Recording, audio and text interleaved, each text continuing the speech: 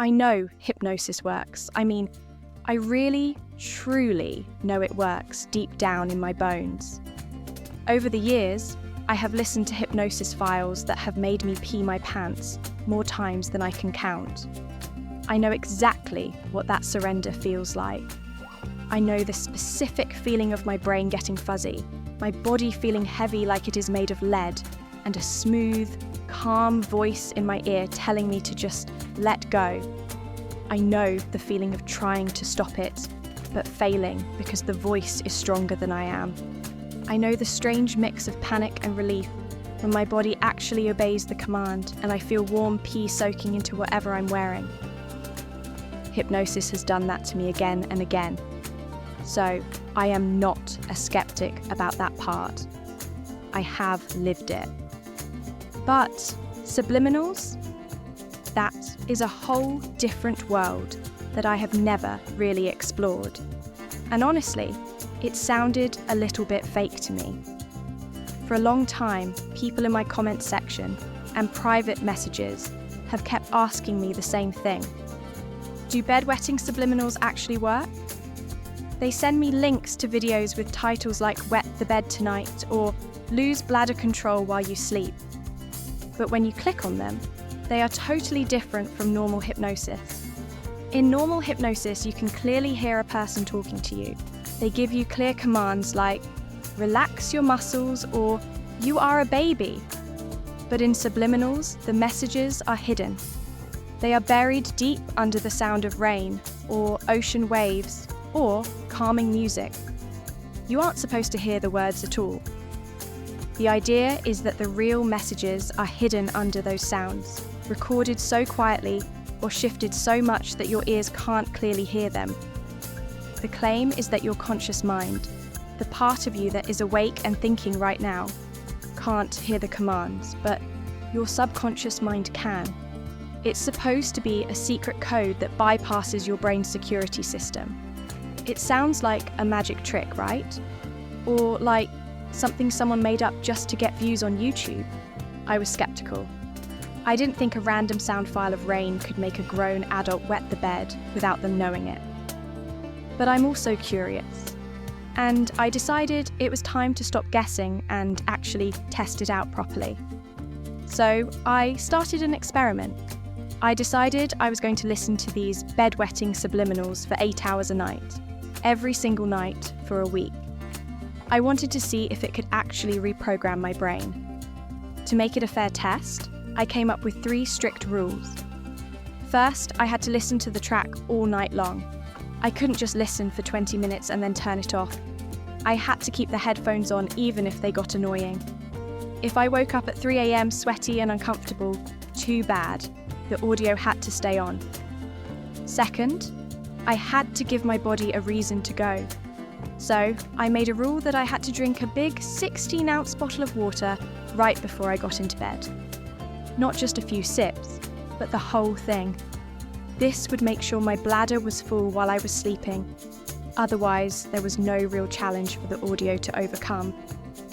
And third, and this is the most important rule, I wasn't allowed to help. If I woke up in the middle of the night and needed to go to the bathroom, I wasn't allowed to just decide, oh, I'll wet myself for the experiment. I had to do what I would normally do, try to hold it or get up and use the bathroom. The only way this counted was if my body let go on its own, even though I didn't want it to. I got everything ready for the first night. I set up my bedroom like a tiny laboratory. I laid out my big, over-ear, noise-cancelling headphones. I chose these because I wanted to block out every other sound in the house. I wanted only the subliminal track to exist in my head. I also had my water bottle, filled to the top, sitting there on the nightstand. And, of course, I had to wear protection. I unfolded a thick medical-style diaper with a plastic backing. I chose a heavy-duty one because, if this experiment actually worked, I didn't want to wake up in a puddle that soaked all the way through to my mattress. Putting the diaper on felt like part of the ritual. I heard the loud crinkle sound as I shook it open. I slid it under myself and fastened the tapes tight. It felt thick and bulky between my legs like a big pillow. It was a constant reminder of what I was trying to do.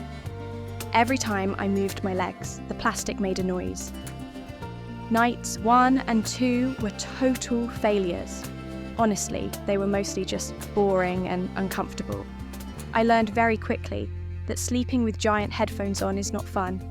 They are hard and bulky. If I tried to sleep on my side, the plastic ear cup would dig into the side of my head and hurt my ear. If I slept on my back, the hard headband would slide down and squeeze my skull. My ears got hot and sweaty inside the leather cups. It was really hard to get comfortable. The audio track itself was just rain. Heavy, pouring rain with thunder rumbling in the distance. It sounded like a storm was happening right inside my head. At first I tried to listen really closely. I closed my eyes and tried to hear if I could catch a whisper or a voice hiding in the thunder. But I heard nothing, just noise.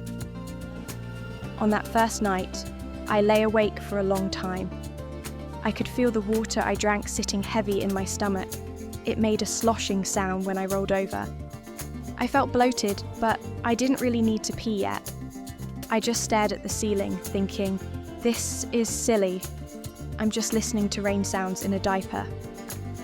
When I finally fell asleep, it was just blackness, no dreams, no weird feelings. I woke up the next morning feeling groggy. My head hurt a little bit from the headphones pressing on it all night. My neck was stiff. I reached down to check the diaper, hoping for something, but it was completely dry. It was just as dry as when I put it on. I felt kind of disappointed. I mean, I didn't want to wet the bed, but I wanted the experiment to be interesting. So far, it was just a bad night's sleep. The second night was exactly the same. I drank the water, I put on the diaper, I put on the headphones. I fell asleep a little faster this time because I was so tired from the night before. But again, nothing happened. I woke up in the middle of the night once, needing to use the bathroom a little bit. I remembered my rule, don't force it. But the urge wasn't strong enough to make me lose control. I just rolled over, squeezed my muscles, and went back to sleep. When morning came, I took off the headphones and walked to the toilet like a normal person. At this point, I was ready to give up. I thought, okay, myth busted. Subliminals are fake. I was ready to make a video telling everyone that it doesn't work and that they are wasting their time. But then came night 3, and that's when things started to get weird. I don't know what changed. Maybe my brain finally got used to the constant noise of the rain. Maybe the hidden messages take a few days to sink in, but on night 3, my sleep felt different. It felt heavier. It felt like I was sinking deep into a pool of syrup. The outside world faded away completely. For the first time, I had a dream about a bathroom. It wasn't a crazy or magical dream. It was actually very boring, which made it feel more real. In the dream, I was at a shopping mall. I was walking down a long, bright hallway with stores on both sides. I wasn't looking at the clothes or shoes. I was looking for a restroom. I could feel a pressure in my stomach. In the dream, I knew I had to pee really badly. I found the bathroom door and pushed it open. I walked into a stall and locked the door. I started to unbutton my pants. I felt relieved that I had finally found a place to go. My brain was sending the signal to my bladder. It's okay, you can go now. But right as I started to relax my muscles, right as I was about to let go, a loud noise happened in the dream. It sounded like a fire alarm or a siren. I snapped awake instantly in my real bed. My heart was pounding thump, thump, thump in my chest. I was breathing hard. The rain sounds were still playing in my ears. But for a second, I didn't know where I was.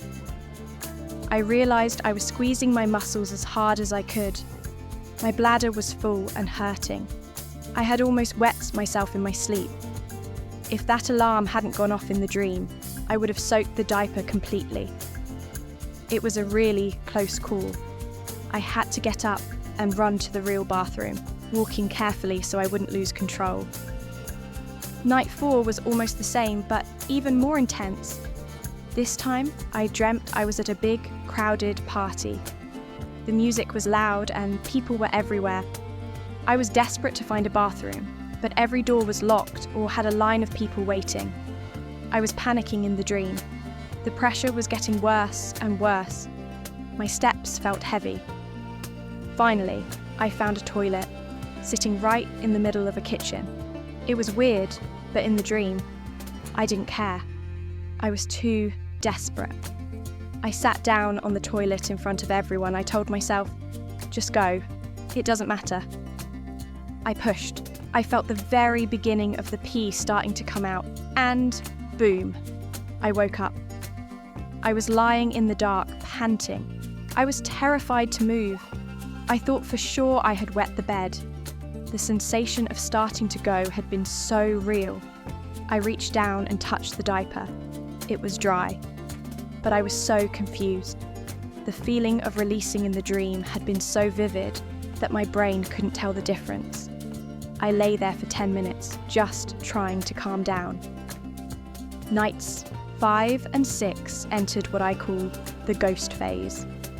This was the most frustrating part of the whole week. On night 5, the dreams changed. I stopped dreaming about searching for bathrooms. Instead, the dreams became peaceful. I dreamt I was lying in a soft white bed made of fluffy clouds. The sun was shining on me. It felt warm and safe.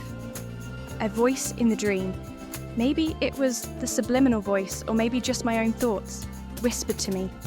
It said, "It's okay. You don't have to hold it. You are safe here." In the dream, I listened. I just let go. It wasn't an accident in the dream. It was a choice. I felt the warm, spreading feeling. I felt the diaper getting heavy and wet. I could feel the heat on my skin. It was the most realistic feeling I have ever had in a dream. I slept through the whole thing, feeling happy and warm. When I woke up the next morning, I expected a huge mess. I was 100% sure I was soaked. I moved my legs, expecting to feel the heavy, squishy diaper. But there was nothing. It was light, it was dry. The plastic crinkled, but it was hollow. My brain had tricked me completely. It gave me the sensation of wetting the bed, the warmth, the relief, the wetness, without actually doing it physically. It was a total hallucination. Night 6 was the same story. I dreamt I was floating in a warm ocean, peeing freely into the water. It felt amazing. But again, I woke up dry. It felt like my mind and my body were disconnected. My mind wanted to wet the bed. My mind was fantasizing about it. But my body was stubborn. My muscles refused to give up control. It was like there was a wall between my brain and my bladder that the audio couldn't break down. By the morning of day 7, I was done. I was tired. I had listened to this rain track for almost 50 hours. I had drunk gallons of water. I had worn these thick, crinkly diapers every night. And all I had to show for it was some crazy dreams and a headache.